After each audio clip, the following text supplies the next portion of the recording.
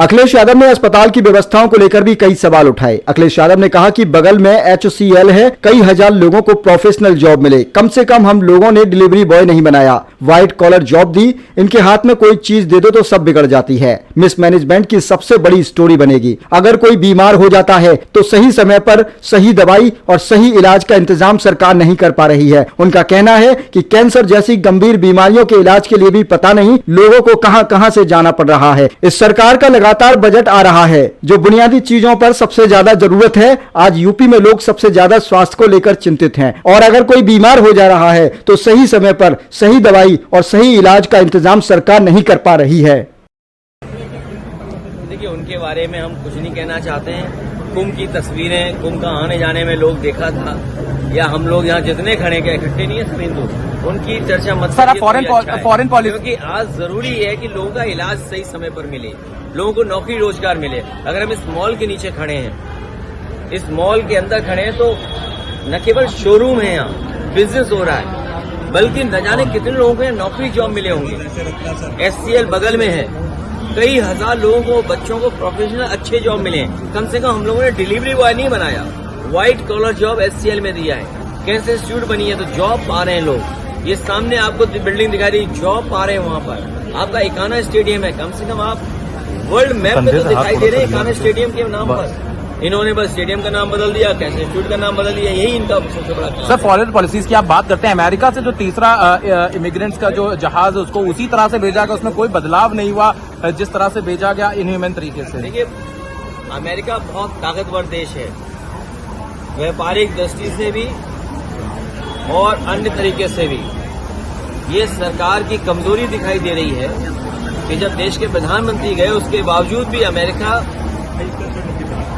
उन लोगों को हथकड़ी और बेड़ियां बांध करके भेज रहा है। इससे ज्यादा हमारे देश का अपमान और क्या हो सकता है कि हमारे नागरिक बेड़ियों में, हथकड़ियों में आ रहे हों। और उससे भी बड़ी बात यह है कि जो लोग ये सपना दिखा रहे हैं कि हमारा विकसित भारत है, हमारी $5 ट्रिलियन की इकोनॉमी है, हम विश्व गुरु हैं, तो सोचो नौकरी के लिए लोगों को अपने खेत बेच के जाना पड़ रहा है, जमीनें बेच करके जाना पड़ रहा है, घर परिवार से उधार लेकर जाना पड़ रहा है। क्या यही विश्व गुरु का सपना था कि लोग उधार लेकर के जाएं, पकड़े जाएं, तो वो फौज वहां की बेड़ियों में, हथकड़ियों में आपको वापस भेज दे। दिल्ली हाथ में कोई चीज दे दो सब बिगड़ सकती है। मिसमैनेजमेंट की अगर कोई सबसे बड़ी स्टोरी बनेगी, मुझे याद है 2013 में उस समय जो कुंभ हुआ था, हार्वर्ड यूनिवर्सिटी के डिपार्टमेंट ने स्टडी कर करके जो रिपोर्ट तैयार की थी, वो रिपोर्ट आज भी डॉक्यूमेंटेड है। उस समय इतना मिसमैनेजमेंट नहीं दिखाई दिया, कम बजट में वो हुआ था, लेकिन इन्होंने प्रचार बहुत किया, बजट ज्यादा दिया, दोनों सरकारें लग गई, उसके बावजूद भी भगदड़ में लोग मर गए, सड़कें जाम रहीं, लोगों को रात दिन गुजारना पड़ा अपनी गाड़ियों में बैठ करके, सड़कें हर तरफ दूसरे स्टेट तक ब्लॉक रहीं, ट्रेनों का जो इंतजाम करना था ट्रेन नहीं पहुंच पाई, पूरी ट्रेन नहीं चलाई, संख्या नहीं चलाई उतनी, भगदड़ मच गई, उसमें भी लोगों की जान चली गई। इस सरकार ने कुंभ के बहाने न जाने कितनों की जान ले ली है। सर, ट्रेन हादसा जो हुआ और उसके बावजूद भी ट्रेन उसके में किसी को जिम्मेदारी नहीं ठहराई गई, उल्टा जांच हो रही है। इसलिए ठहराई क्योंकि उनकी कोई तैयारी नहीं थी। अगर सरकार ने तैयारी की होती, डबल इंजन सरकार, अपने आप को डबल इंजन बोलते हैं, ये डबल इंजन नहीं है, डबल ब्लंडर वाली सरकार है। सर, 144 साल की जो अफवाह फैलाई गई, क्या मानते हैं कि उसके ऊपर भी कार्रवाई होनी चाहिए, इसलिए झूठ? भारतीय जनता पार्टी के लोग मनमानी करते हैं। भारतीय जनता पार्टी के लोग बहुत साइंटिस्ट हैं और उनका जो कुछ भी कथन है वो रिसर्च बेस्ड है। तो मुझे लगता है कि जो 144 साल का जो उन्होंने संख्या बताई है कि महाकुंभ 144 साल बाद हो रहा है, तो कोई न कोई उनकी रिसर्च, साइंटिफिक अप्रोच या किसी न किसी जो एस्ट्रोनॉमी को जानते हैं उनसे राय मशवरा लेकर के ही किया होगा। सब इसमें कुछ न कुछ तो सच्चाई होगी, इसीलिए सरकार 144 साल मना रही। लेकिन एक चीज याद रखिए, भारतीय जनता पार्टी के लोग, चाहे वो कोई कल्चरल फंक्शन हो, कोई स्पोर्ट्स का फंक्शन हो, कोई ट्रेडिशनल फंक्शन हो, कोई रिलीजियस फंक्शन हो, उसको राजनीति में मिला देते हैं, राजनीतिकरण कर देते हैं। और कुंभ के आयोजन को इस तरीके से इवेंट बनाया कि पहले कभी कुंभ ही नहीं होता था। ये कुंभ अगर किसी ने शुरू किया तो भारतीय जनता पार्टी ने शुरू किया। इस सरकार का बजट लगातार आ रहा है। जो बुनियादी चीजों की सबसे ज्यादा जरूरत है, आज उत्तर प्रदेश में सबसे ज्यादा स्वास्थ्य को लेकर के लोग चिंतित हैं।